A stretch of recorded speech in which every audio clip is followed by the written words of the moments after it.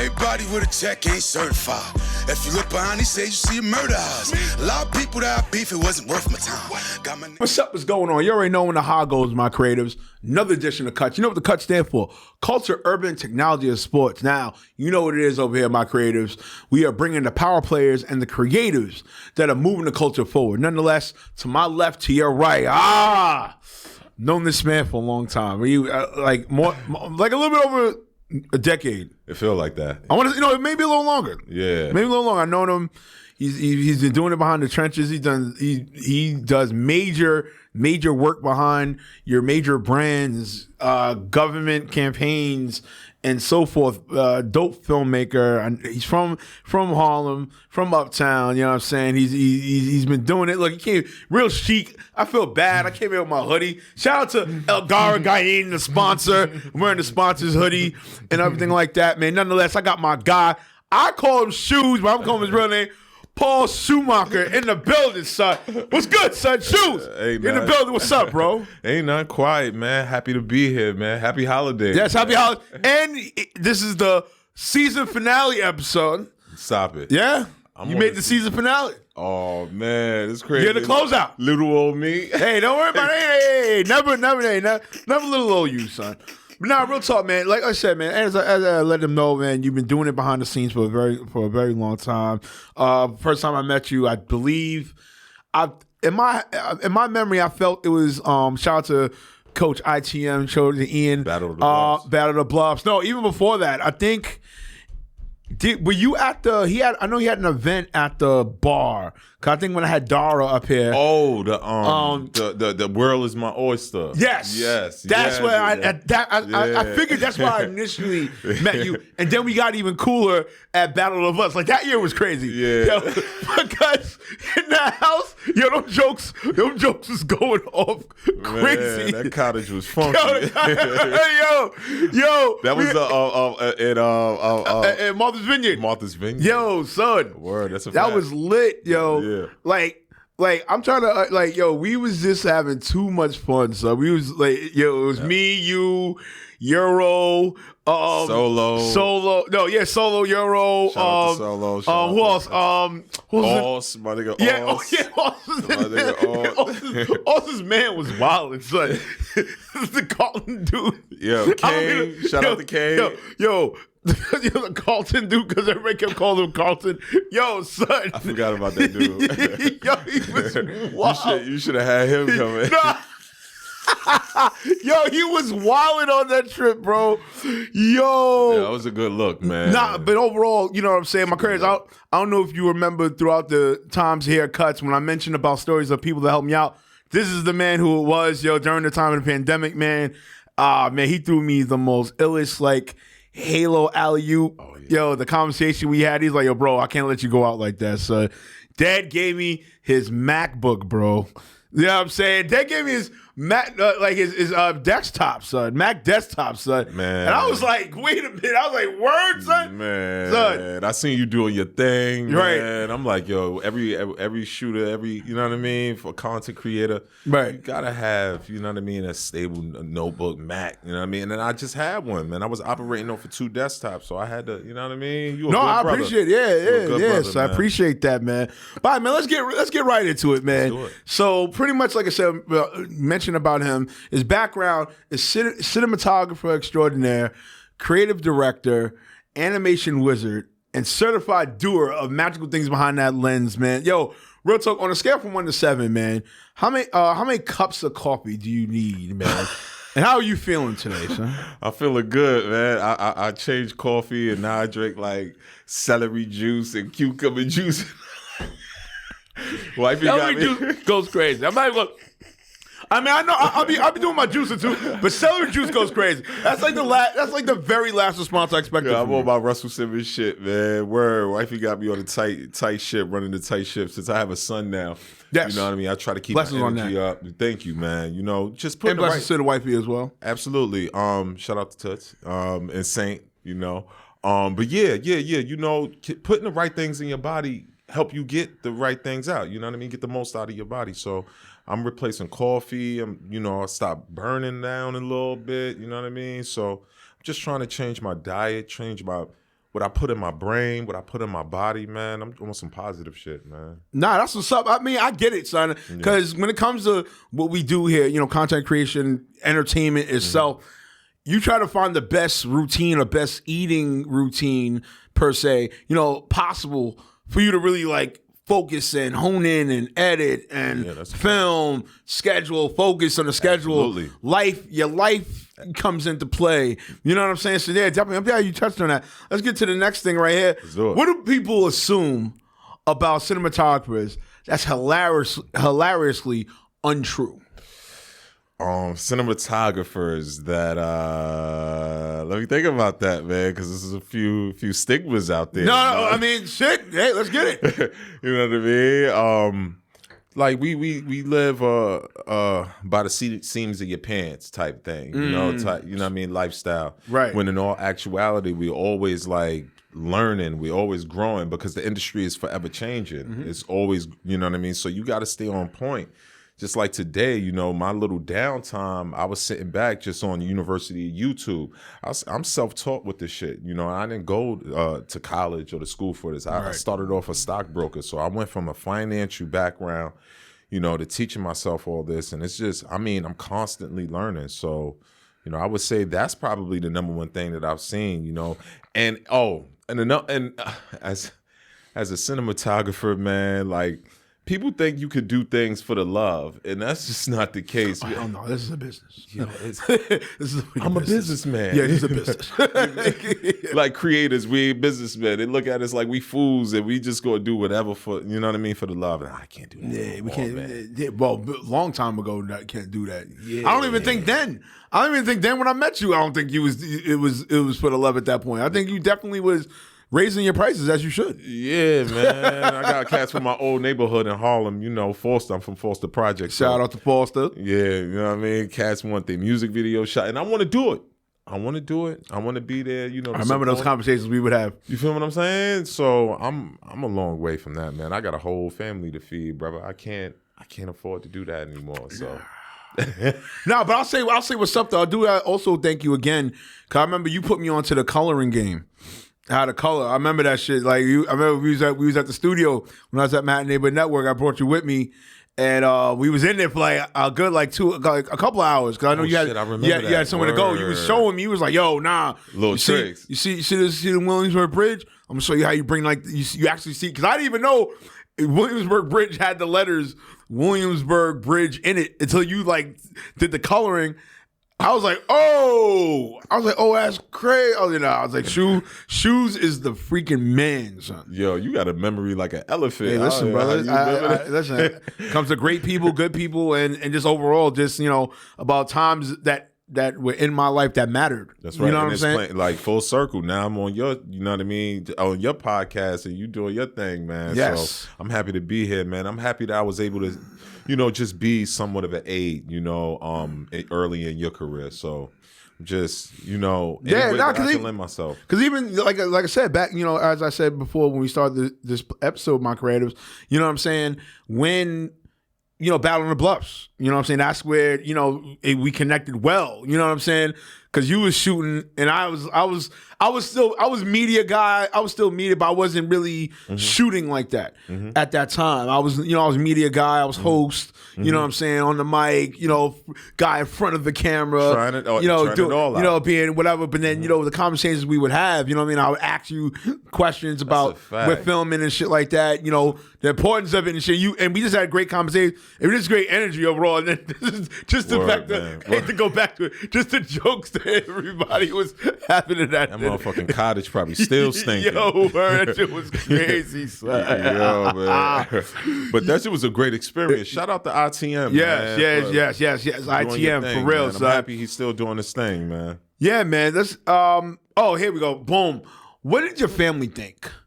When you did this for a living, did they actually understand? Like, how did that go about? Like, they thought I was crazy as hell because I was on Wall Street. I was working for this company called Casimir Capital. Okay. And I was just talking to my wife about it. We was trading stock, and I was in my rookie year. And so I was probably bringing home like $2K a week, and I just quit. Oh. And everybody was like, what the fuck fuck are you doing, bro? And I just knew that wasn't for me. I was developing a stomach ulcer from being stressed out, man. Woo. And to look back at it now, in hindsight 2020, you know, the industry is not the same.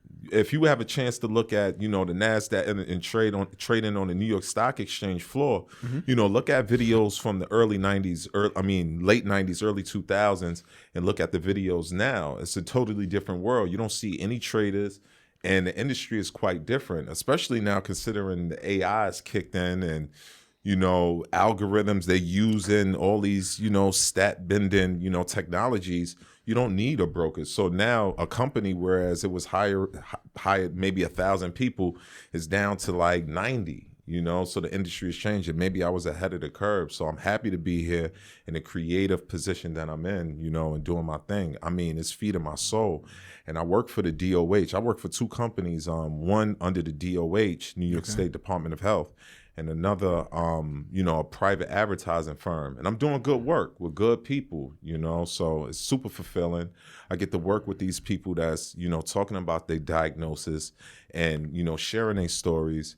And I get to be the vessel, you know, so I wouldn't trade it for the motherfucking world, man. I love my job. Now, that's what's up. I mean, definitely what I feel, you know, in today's, you know, era of content creation, and also what I learned from when I was at Adweek, you know, those type of stories matter now. You know what I'm saying? Like, not saying that the influencer doesn't matter per se, but, you know, more authentic, more heartfelt, more empathetic stories per se that lead to, like, you know, oh, wow, I really understand what this person's going through, or you, the person that's creating the narrative. Right. Oh wow, this is the lens that they saw this story and brought it out to light. And now that's what's up, man. Word. Yo, like, let's go with it. When did you first fall in love? I mean, you did touch on it, but let's further stay on it. When did you first fall in love with visual storytelling? And was it a magical moment or a total accident? It was an accident. My homie Vish, he's a musician, and he lives right across the hall from me. And he was like, yo, listen, I got this music video I want to shoot. I wish I had somebody to shoot the shit. And I was working for Chase Bank at the time. And things wasn't going too well with me at Chase Bank at the time. So I copped my first laptop, copped my camera, and I shot his music video. Soon after, you know, they fired me, you know. So, but I was at 345 Hudson, and I remember running into the likes of everybody who was going down to Hot 97. And they would come in like Spike Lee, right-hand man. He was a DP. And he came in, and this shit fucked me up.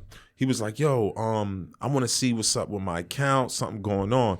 So I looked up his information and come to find out he had like $1.something million. He was like, oh, I forgot about that account. You know? I was like, what you do, man? He was like, I'm a DP. I said, oh, nah, I'm in the wrong business. Bro. Right. I'm in the fucking wrong business. He forgot he had $1 million. Yeah, that's wild. I'm not even gonna lie to you. Not even on this. That's not even a regular moment. That's just straight up. That's balling, son. I was like, you forgot an account at Chase Bank of all banks, $1 million. Just straight, you know. Just wanted to figure out what's going on. I'm thinking you about to say something like, "Oh, yo, well, I don't know, sir. I think somebody tried to hack your account."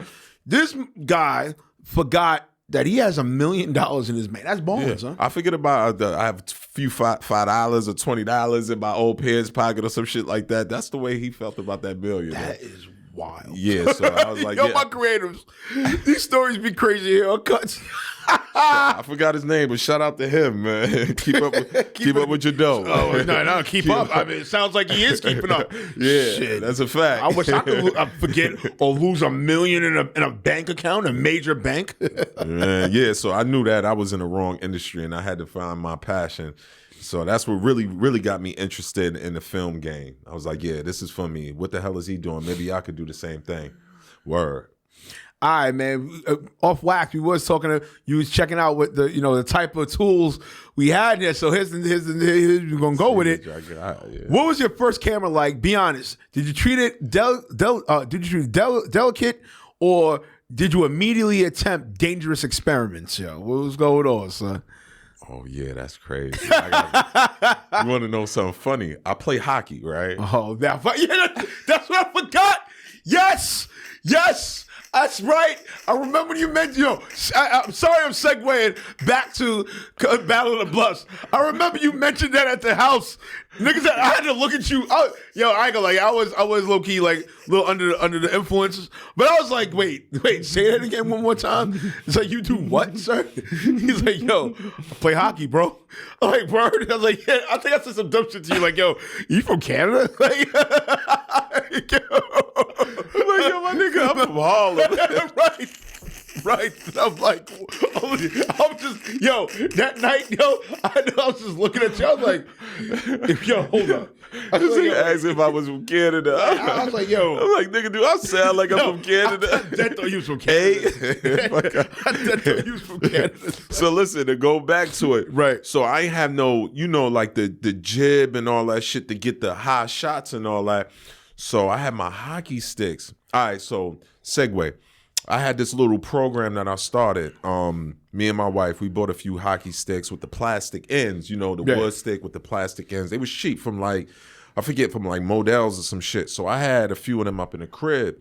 So what I did was I drilled a hole through the blade of the stick because it was plastic. And then I put the screw through it, and then I attached the camera to the bottom of that shit, and then I was able to get the high shots. And then I would put that shit out the car window. I got a lot of moving, tracking shots. I had this shit called, this little short film called Fight to the Finish about this. It's a little script that I wrote about this girl who used bike riding as, just her escape. Right. You know what I mean? And so it was one shot when she was riding in the street, and I had to get that joint. So I put the joint on the stick, and I stuck it out the car window. And actually, you could go on YouTube now. And then I got the shot, man. It actually wound up playing out really nice. I may have to go back to that, man, to get the word. That is, Marker, did you hear that? Yo, that is amazing, son. That is like, it's so dope that you just took hockey sticks, and to get the aerial angle, you carved out a piece of the blade, made it a camera. Yo, that's fire, son. Word. This cat from my block, Lover, he said something to me like mad long ago, and we was leaving each other, right? He be talking some frivolous shit, but then he be dropping some gems. He said, yo, stay creative.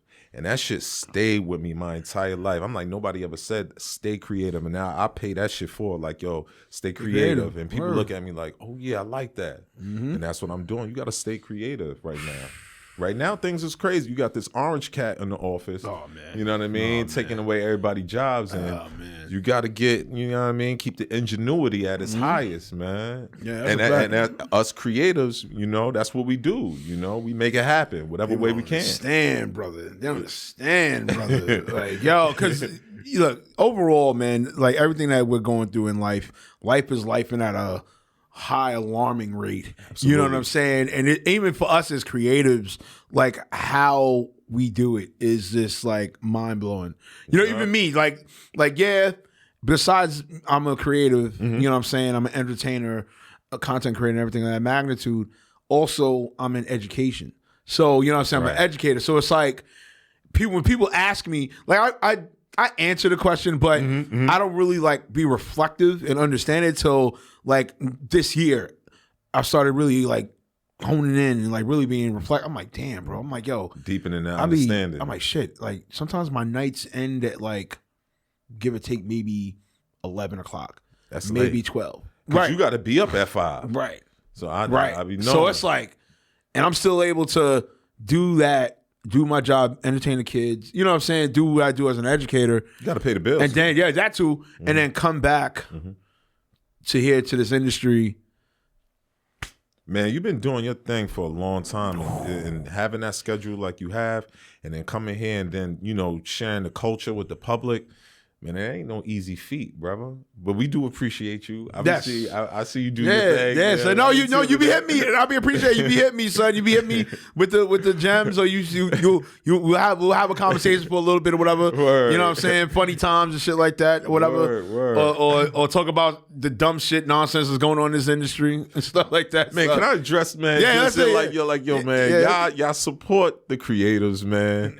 Give a little message. You go right here.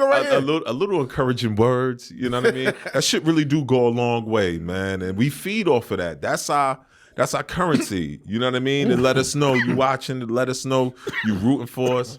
You know, we don't need nothing financial or anything like that. That's our currency, man. So just let us know you watching. Let us know you support us. You know what I mean? Give us positive feedback. You know what I mean? Even constructive criticism goes a long way. Well, pure.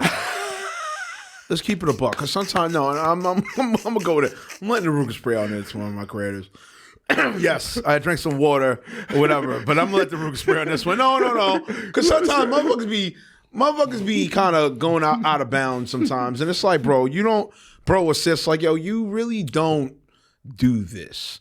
Like, you know what I'm saying? No, I'm just keeping it a buck. I mean, all right, cool. You can say something on the sideline, all right, whatever. But if you really don't do this, I really don't think you should be saying anything. That's just me. I'm just keeping it a bit. Too much criticism. Yeah. Like I'm like, you still sitting on your bed smoking that za from like 8 months ago. Like, you know what I'm saying? Like, you Al Bundy right there. You're a shoe salesman. Yeah, shoe salesman. Like, why are you talking to me? No, I'm being dead serious. Sometimes I'm like, why are you talking to me? Like, why? Like, why are you talking to me? I'm not saying I'm holy or down. I just be like, you in the arrears with your child support. Yeah. I'm like, you trying to criticize? Yeah, word. Yeah. Like, big time. Well, nigga, what you doing? What you talking about? Yeah, like big time. I'm like, what are we doing here, son? What are we doing here, son? Let's go with it. What early creative failure do you low-key cherish now? Ooh. Damn, yo, shout out to the fucking Remo Marak brand team. Yo, pre-productions, we go crazy. What? One more time. All right, what early creative failure do you low-key cherish now? Oh, yeah. All right, so I was on set with David Bowie.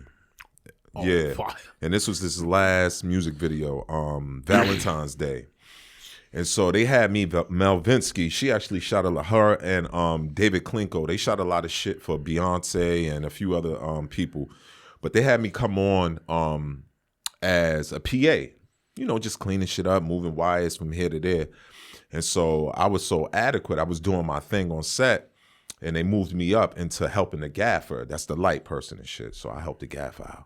And then from the gaffer, the next day, it was like a 5-day shoot. They had me move up to electrical.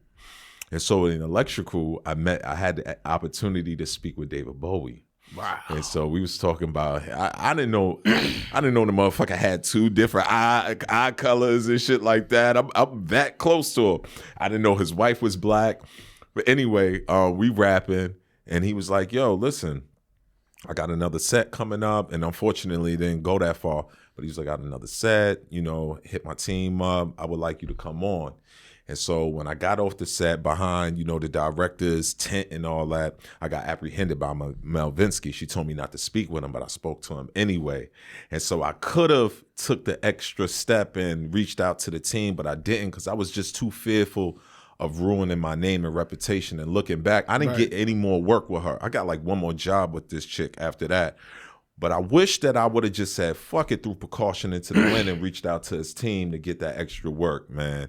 And now I'm just like, I would never do that again. I'm putting myself first. Yeah. Fuck that. And sometimes you need to take that risk. Sometimes you need to, you know what I mean? Take that chance and just put yourself first and say, fuck what they talk about. I'm gonna do my thing. You know what I mean? Put myself first. So I could feel you on that. I mean, I kind of went through that during the time when I was on the Drew Barrymore show.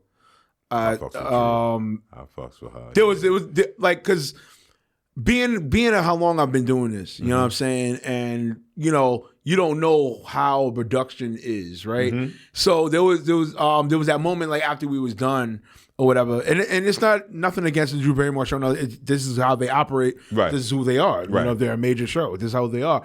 So it was a moment with like Michael Strahan, you know what I'm saying? Like to talk to him, but I kept it just, you know, direct instead of just talking regular as a human being, but only because just like how you're saying, you know what I'm saying? Like, yo, you're with sets. You got the tunnel vision. Doesn't matter behind the camera or you're in front of it, you're the talent, right, or whatever. It's still like tunnel vision or whatever. Now, do I cringe about it? Not really per se, but I do feel you on that because, on one hand, especially in this industry, on one hand, you still think about, okay, somebody could be gatekeeping or whatever, right, or hold you back. But in reality, or in actuality of it, that's not really the case because just like you said, if you would have took the risk, or I won't even say risk, if you would have took the step forward. That's right. And talked to David Bowie, I don't think it would have gone crazy. I mean, I do get what Mel was saying per se. I was trying to keep the because this is a totally different industry for me. You know, I haven't had too much time with it. So I'm thinking this is the level of professionalism that I have to keep. You know what I mean? If she tells me, nah, I'm not to speak to David Bowie, then I need to keep it to a minimum, even if he acknowledges me. So I'm trying to follow the rules and stay within the parameters, not knowing that this is the world, right? I got to change. Now in hindsight, I'm like, this is the world. It's built off of relationships. It's not all about what you know, even though I didn't know a lot at that time. It's about who you know. And I wish I would have capitalized on that, man. It's a few decisions. I met Jay-Z one time, man. I ran into him I had a meeting at Sony. And he was by himself, and he pulled up with his Samoan big-ass bodyguard, but nobody was on the block. And I had the opportunity to let him know what I do and all that. But I was trying to really get in with Sony so I could be their main videographer. That shit didn't happen. And I had the opportunity to, spit, Jay and let him know what I do. And I didn't do it because I was just so focused on the meeting with Sony that, not with Sony, with Jive.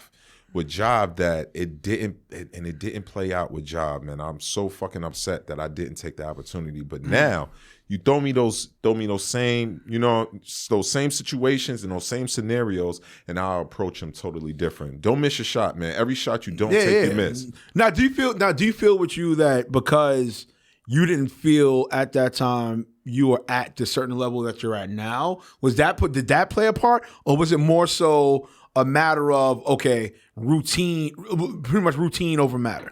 No, you know what? It did play a huge part in it. Because I wasn't nice. I had the Sony, I had the Canon 5D Mark II. I ain't have no film gear. I really didn't have too much time, editing and shooting. Now things are a little different. Some of my stuff has been on, commercials, BET, VH1. Right. You know what I mean? I shot with Spike. You know what I mean? And that's fine. I have some notches under my John Leguizamo.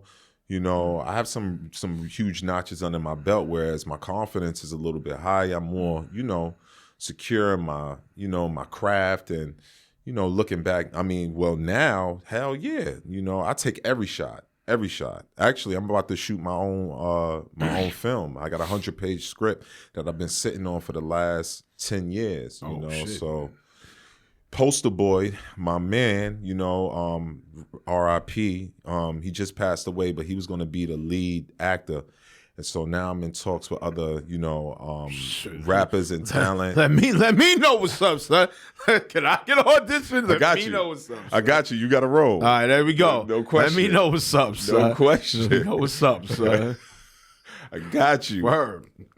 Nah, that's what's up, man. Nah, real talk, man. I mean, I wanted to touch on a little bit about Poster Boy. I remember when I seen it, you posted it up and shit, and it hit me. Because I did cross paths with him. I didn't know him. Yeah. But it crossed paths. And anytime I see somebody, definitely a Harlemite as well, and you see it, you're like, damn, man. Like, for you as a creative, how impactful was it for you at that moment, when you found that out? That's my man. I mean, that's the godfather of my son. You know what I mean? And that kind of hit home, First of all, we are around the same age. He's 46, I'm 43. So, that alone was just like, that started the clock for me, like, yo, don't take tomorrow for granted. Take your shot, man. Shoot your shit, man, and let the chips fall where they may. But creatively, I wish that we would have had the opportunity to work together and do more, because I was supposed to do his documentary, and I kind of shelved it. Him being the first 106 and Park champion, And you know, his funeral, man, there was so many people there. Floyd came. Floyd didn't actually come in, but he was there outside. And they just rekindled their relationship, you know, and ironically, it happened around the same time. He just flew back out. I'm sorry, I'm segueing, but he just flew back out to Las Vegas and linked up with one of his best friends, P. Rilla, and that's who he introduced P. Rilla to Floyd.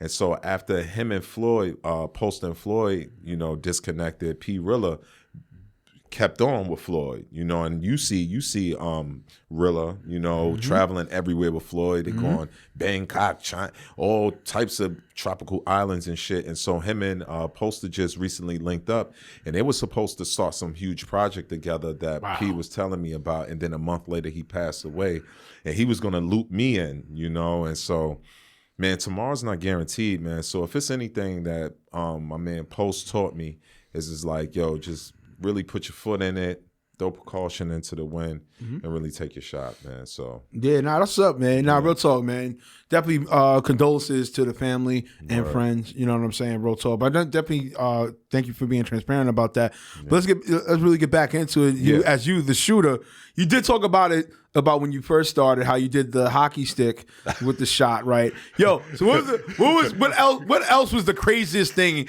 you ever done to get the shot, son? All right, so I'm shooting this campaign called Face Meth, right?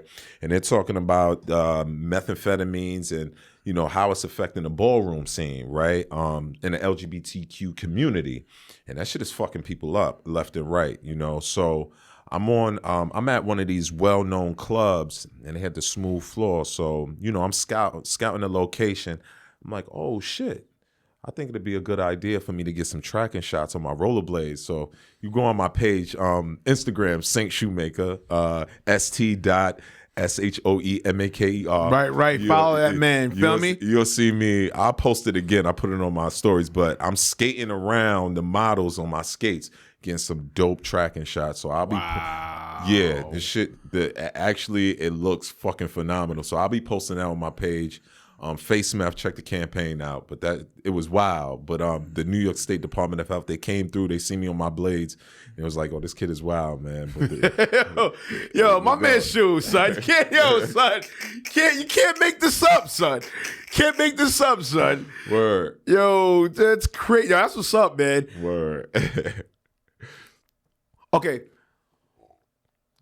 The misunderstood magic of cinematography, right? What do people think versus what do people actually do, right? When it comes to that, like, what does that mean for you when it comes to that type of thing? Cinematographer, what separates a cinematographer from a videographer is their ability to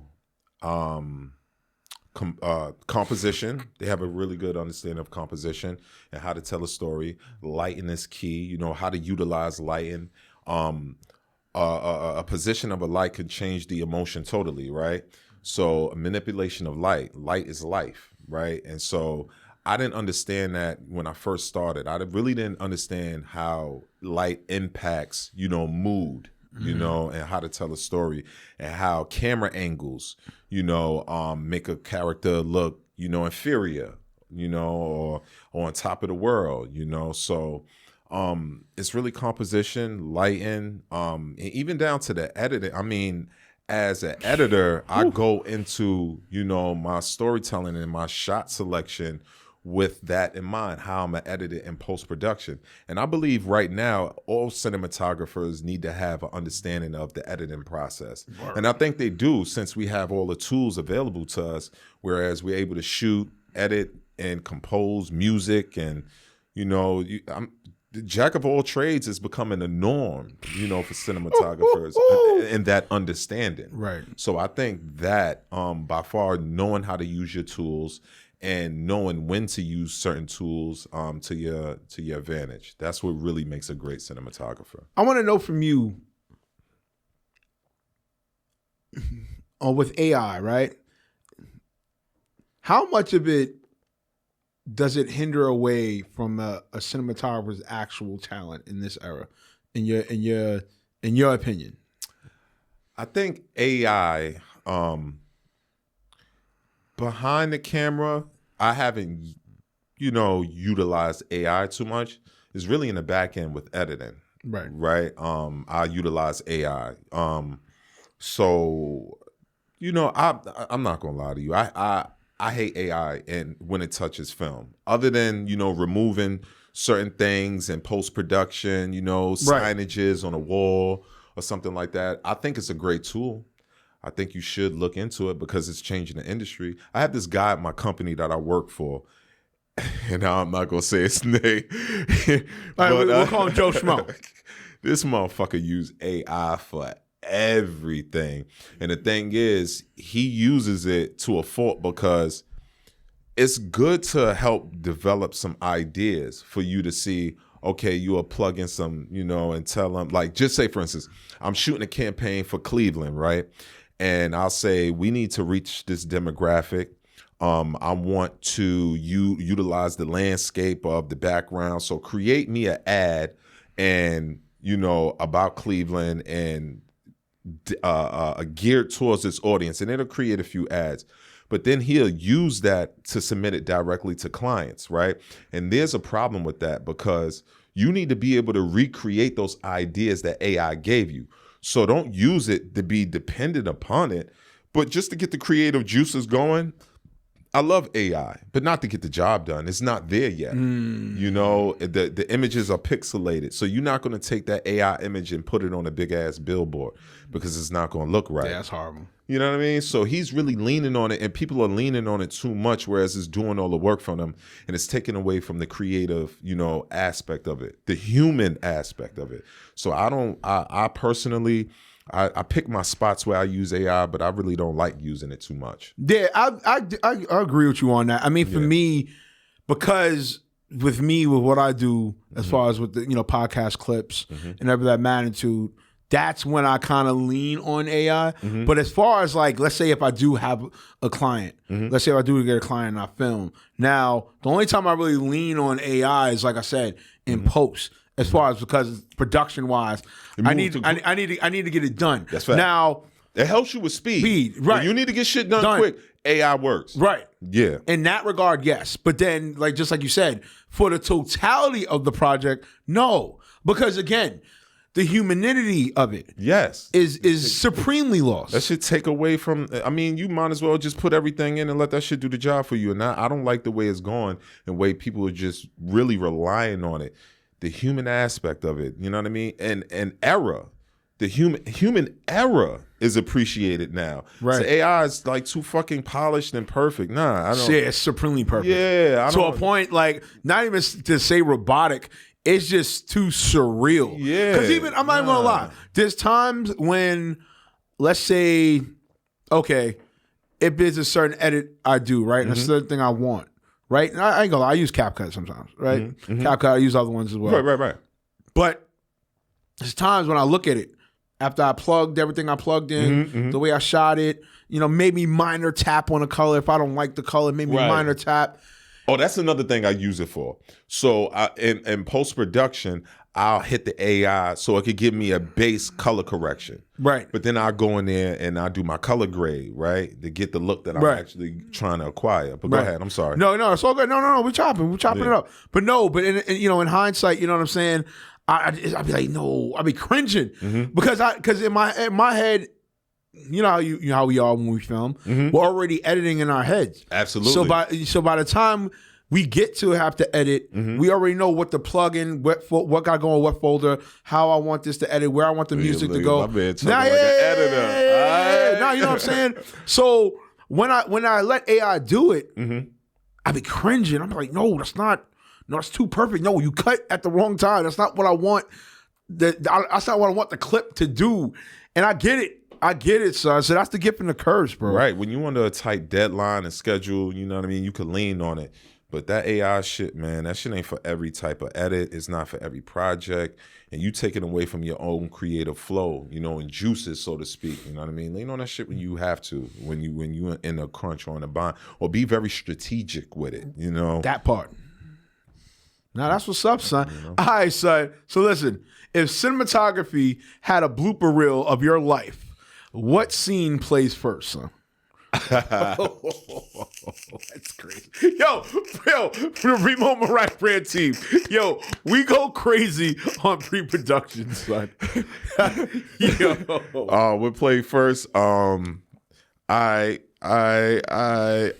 yeah, when I first started, I'm at a company, Better World, and we filming, and I get this real emotional cut from one of our clients, or the talents, I should say, and they crying, and my executive producer, he's like, yo, that's the perfect take. We got him crying, you know what I mean, and the emotion is there. And I forgot to press record. Oh, I forgot to press record. Damn, that'd be the worst. Yo, that'd be the worst. Yo, son.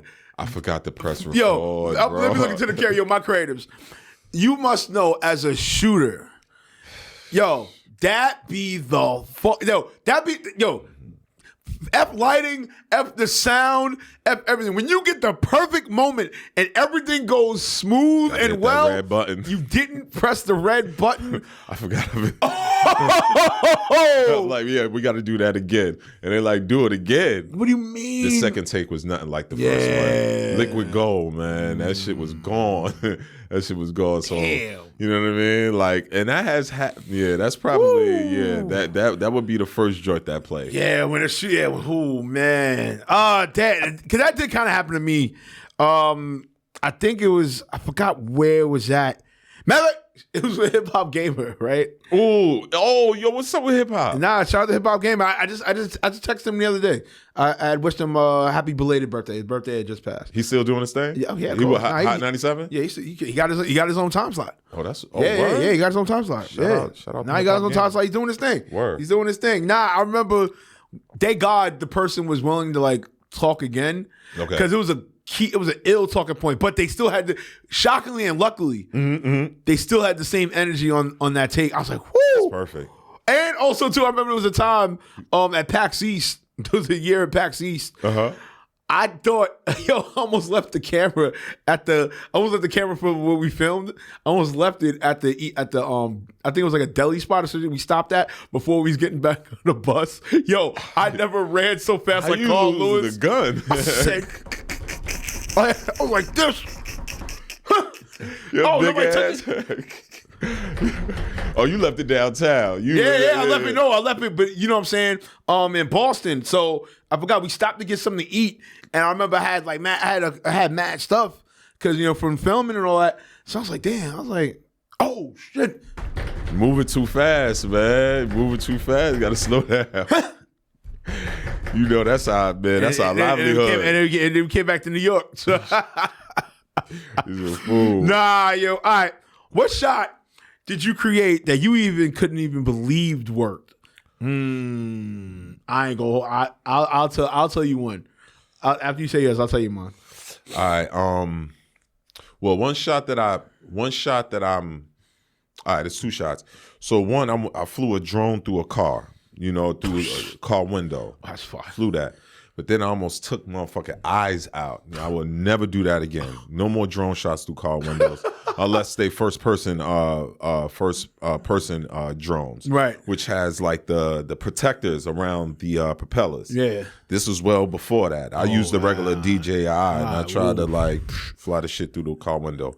It was a nice shot, but now I have this other shot that I'm looking to work on. Whereas I'm gonna fly it from outside. Yeah, I'm not even gonna say it. Somebody gonna take my shit. Yeah, don't be taking my man's ideas, bro. Yeah, nah, they ain't taking that one. But yeah, what's yours? Nah, so damn. All right. So when I used to work with Molly McCoy, she was an artist I worked with. I shot her music video all through my phone. I shot the whole music video through my phone. Shout out to my man TJ. I sent it to him to edit it. So I was like, damn. It was dope. It was fire. So it came through. Because what it was, at that time, I was transitioning from equipment to now just mobile. But people shooting whole movies on phone. Oh no, of course. No, of course, but iPhone, they made that shit apparent that you can shoot a whole film. movie, right? Okay. No, true, but you know how it is when you know how we are as shooters. Right. When you're so used to equipment driven and lighting, everything like that. When you go into the transition of mobile, you know what I'm saying? It wasn't as, put it like this. At that time, it was super taboo. Even though iPhone, I feel you. Shot it. It was still taboo. I feel you. Yes, it was. And you wasn't really respected. Yeah, and you look people. You feel like people looking at you crazy. like what are you doing here? You ain't bringing a phone. You're shooting a movie with a phone. What is this? Where's the equipment? Yeah, where's the 4K? Where's the lighting? Yeah. No, not this selfie stick shit. You said you was a filmmaker. Yeah, right. Yeah, what the fuck is this? Now it's different.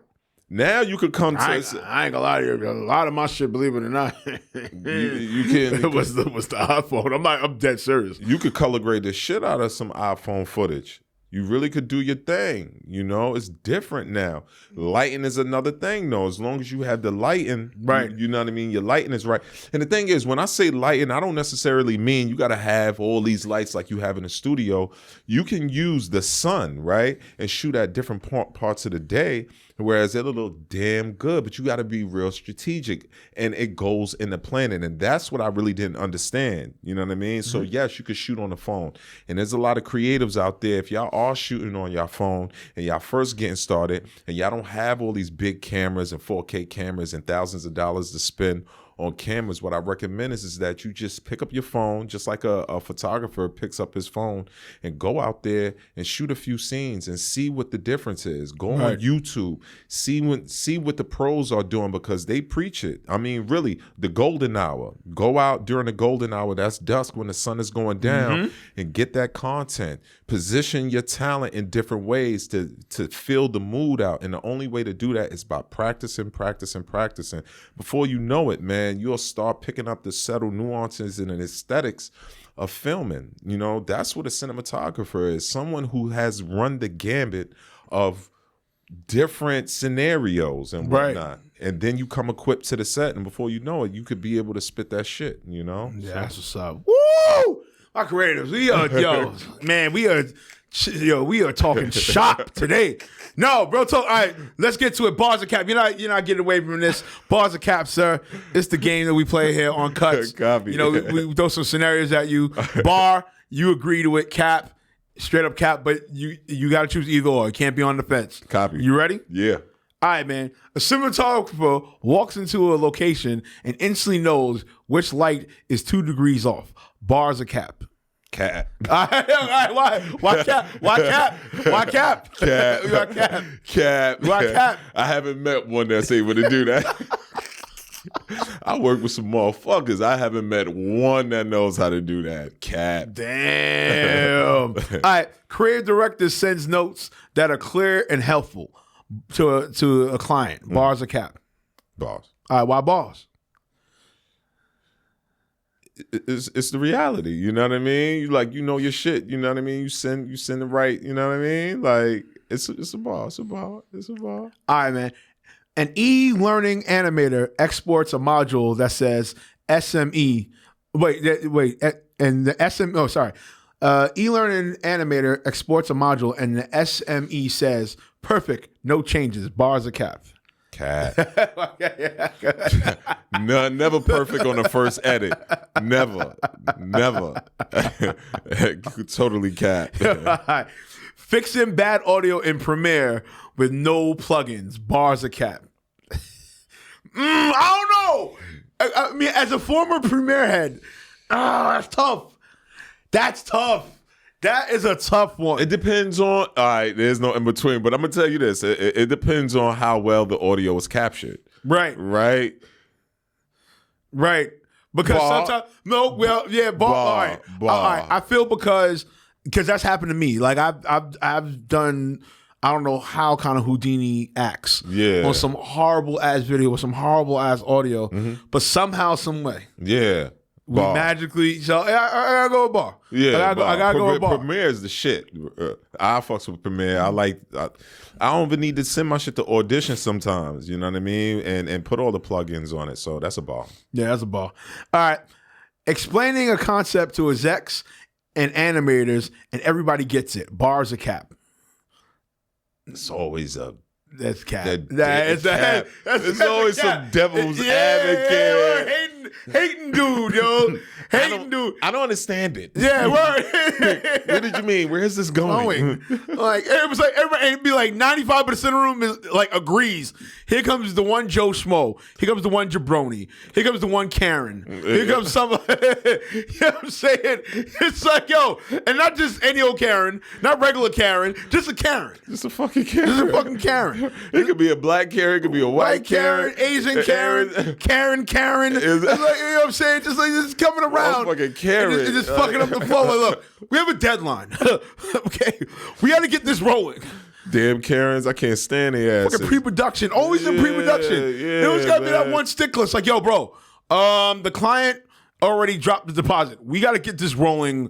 Oh yeah, now, yeah, man. I hate that shit. Like we can't get everything perfect down to the nitty gritty, man. But the whole scope of it, if it's understood, then let's move on. Yeah, you definitely. know what I'm saying? After Effects opens on the first try. Bars a cap. That's I don't know.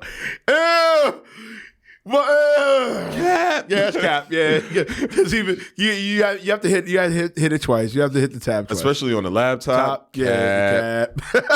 After Effects, get that shit right, y'all. Yeah, it works. 2025. Come on, bro. Man. Come on, beloved. But Black Magic doing a thing. Hell yeah. Look out. Yeah, word. Yeah. All right, turning a boring conference room into cinematic gold with one lamp and a plan. Bars a cap. Cap. Cap. I don't give a fuck if you Scorsese. I don't know, man. Wait. Let me think about that. One lamp. It depends on the mood. If it's some real dramatic social network type feel, you know what I mean? One of my favorite movies, Social Network. And it's meant to, just have a dramatic, contrasty feel. Then maybe. Right. Maybe if you have a nice, window in the back and, something going on, yeah, maybe. But would that also fall upon the angle of how you shoot that? Because I'm pretty sure the coverage on that would have to be zoom in. It would have to be wide just to get the feel and then go mid. No? In that order? Or what would the order be on that? Maybe it could just be one tight shot. Maybe it could be you trying to invoke a feeling of depression or loneliness and go with the extreme wide with the big ass room and just one lamp, right? So I say bar. I actually say bar. Yeah. Okay. Yeah. All right, my crazy. He's going with bar. Yeah, bar. All right, the team actually sticks to the original storyboard. Bars a cap. No, we just went with the two previous ones. Now, stupid cap. It's always a jabroni. Cat. Everybody in the team forgets. I'm looking at you, Dusty. Cat. Cat. Fuck it, I'm calling him out. You can't whip my ass. You all the way in San Francisco. Oh man, damn son. All right, employees finish an e-learning module early because it's actually engaging. Bars a cap. Say that one more time. Employees finish an e-learning module early because it's actually engaging. Bars a cap. Bars. Okay, yeah, speak on that. Bars. Speak on that. Bars. Clients finish an e-module learning, like something that I've created. Oh, hell yeah. Hell yeah. If it's effective and you do your thing, yeah, definitely. That's what it's meant to do. It's meant to be just, streamlined where you could get through it, you could understand it, and you really receive it well. Hell yeah. Okay, that's a bar. We got a couple more, and then we're definitely gonna close out. Budget approved on the first request. Bars a cap. Yeah, cap. Yeah, because motherfuckers be always stingy with the budget, son. Yeah, it's always the back. Yo, it's major back and forth for no reason. They be acting like it's out of their pocket. You know what I mean? Y'all got the budget. Y'all got 100,000. Y'all got 50,000. The state is giving y'all $1 million. You know what I mean? Like, come on now, spread the wealth. Let's stretch the budget out. And plus, what I try to do is I try to give myself a little buffer, like a $5,000-$10,000 buffer, just in case we go over budget, and you need to. It's something always happens, So I never like to go in budgeting exactly what I need, because shit always happens, whether it's crafty, whether it's equipment go bad, whether you need more equipment or you need more people involved with the project, or extends beyond a certain time limit. I always so yeah, cap. All right, yeah, nah, Cap. yeah, man. Yeah, they never, yeah, nah, Karens. definitely. All right, interview shoot, no clipping, no overheating, no focus issue, bars a cap. Super cap. It's something always out of focus, and you just like, damn, you got to put the sharpening on it, in post-production, which I just did. I'm not proud of it, but yeah, something was not in focus. What do you feel about people that always shoot in autofocus? That kind of irks me in a way. See, it's I like autofocus. The reason why I like autofocus, I don't always defer to autofocus, but when you get interviews whereas the subject is rocking back and forth, they really emotional, they move their hands a lot, and you want to allow them the space to move around. And if it's in a tight area, then, shooting with a shallow depth of field could get you in some trouble. Right. If they keep going in and out of focus. And guess what? That nice soft background, that's what really brings the film, to life. Yeah, right? Mm-hmm. And so autofocus, depending on the camera, depending on the lens, and how much depth of field you have, it could be your best friend or your worst enemy, right? So, but I do like to defer to autofocus when I have multi-cameras and I can't pull focus, or I don't have someone pulling focus. So I fucks with autofocus. So we might have a little disagreement on that. All right. I get it. No, I get it. Yeah. I guess for me, because even though I am a hybrid, like, what I'm saying, on certain things, that's like the modern way of doing things versus the old school way of filming. Right. I'm still like on that. I balance that. You know what I'm saying? Yeah. But I do get what you're saying. Yeah, it's about balance. Yeah, you know what I'm saying? At the end of the day, it does depend on the shot, or the type of shot, or the way you're shooting and stuff like that. Absolutely. On what you're shooting for. You know what I'm saying? So I get it, son.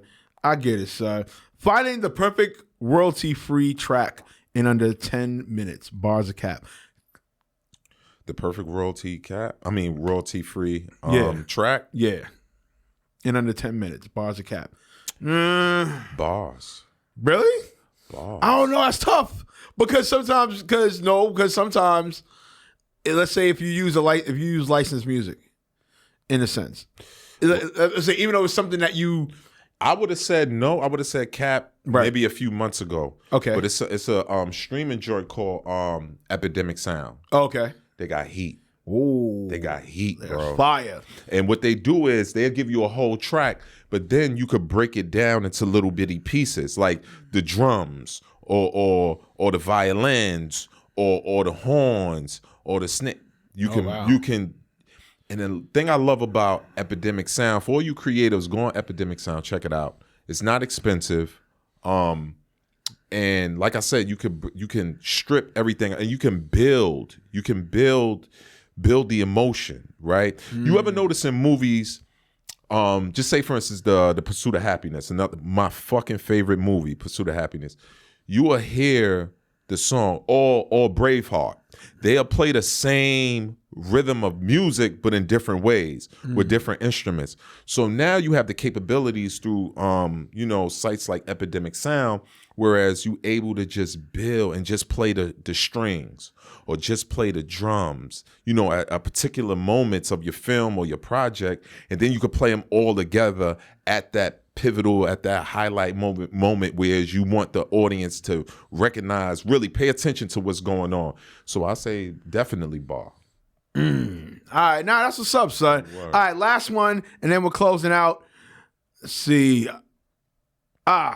Creative director says, looks great, no notes, bars a cap. Let's what? Is a creative director says, looks great, no notes, bars a cap. Haven't met one yet. haven't met one. It must be me or them. I don't know, but I haven't met one that cat like a motherfucker. You introduce me to them when you find them. Haven't met one yet. All right, so out of the scenarios of Bars of Cat, which ones resonated to you the most? In a sense, like which ones do you feel like you like that like really capulates your journey? I think I have a background with music, right? Okay, and so naturally I have an affinity towards all right. So when I first started film, I knew that I would have somewhat of a slight advantage, but right, I didn't know how much it would be, right? Because I have a music background, and when you look at film, there's three major components for me. There's the picture, the composition of the shot, right? Mm-hmm. There's the editing, right? How you splice it together. And there's a huge one. There's the music. Yeah, sure. Right? It has to make sense. The music carries. It's like the heartbeat. To me, every filmmaker has their heartbeat, right? And so the music is the heartbeat. And so I would say that question, I feel that question the most. I feel that Bars of Cat question the most because music for me now is my sauce. It's my secret sauce that I'm able to like just glue everything together. So if you do have somewhat of music or appreciation for music, like lean into it, because it's going to really be advantageous to that final finished product. And even sound effects, bleeding in those sound effects on your cuts and whatnot. So now I'm noticing, like in your editing, right? Above you have the sound below and you have the picture above, right? The visuals. And before, when I started, it was a lot of layers to the top part. Right. And it was just like maybe 1 or 2 fucking layers to the bottom part. But now in my editing timeline, you see a lot above and you see even more below with the sound effects, the cuts, the music fading in and out. So sound, music, that shit is a caveat that hasn't been respected much by me, but now I appreciate it so much now. And it's making my work just stand out a little bit more. Yo, show, son. Bring it in, son. Yo, definitely happy that you pulled up, chopping up the Ruger spray on this season's finale of Cuts. Look into your camera now. Let everybody know where to follow you at again. Yeah, check me out. Saint Shoemaker, ST.SHOEMAKER, Saint Shoemaker. My page is now, it's not private anymore. I was on my private shit. I didn't want people to, know too much about me. But now it's public. Check me out. Send me an inquiry if you're interested. It's no budget too small, no budget too large. I'm here for you if you need me. Holla at your boy. You already know what it is, son. You know how this goes, kid. iHeartRadio, Spotify, Google, Apple, Amazon Music, DJ Chase Radio, YouTube.